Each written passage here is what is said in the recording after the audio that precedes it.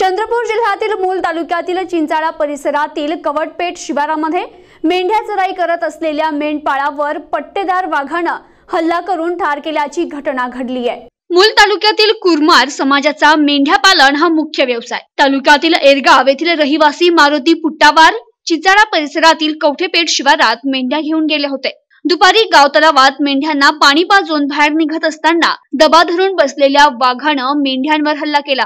दरम्यान मारुती पुट्टावार यांच्यावर देखील या वाघाने हल्ला केलाय।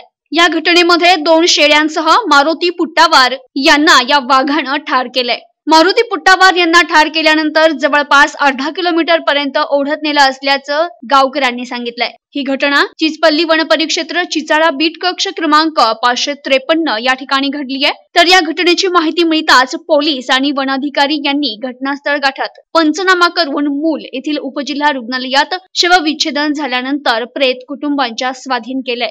वन विभागाने तात्काळ मदत म्हणून 30,000 रुपये रोख मूल पंचायत समितीचे सभापती पूजा डोहणे यांच्या हस्ते पुट्टावार यांच्या मुलाला देण्यात आले।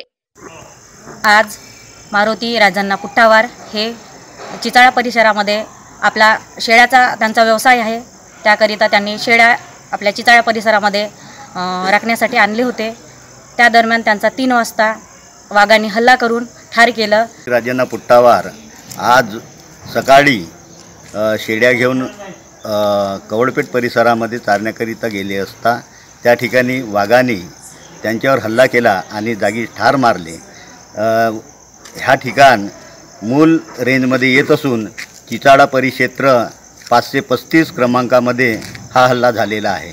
तरी शासनाने यांना तात्काळ लवकरात लवकर जी योजना आहे शासनाची मिळवून द्यावी याकरिता मी विनंती करतो। शेळी पालनाकरिता आलेला होता, त्यामुळे त्यांच्या वसतिस्थानामध्ये म्हणजे आत शिरल्यामुळे अशी घटना घडली। प्रतिनिधी सतीश अकुलवार, NTV न्यूज मराठी, मूल, चंद्रपूर।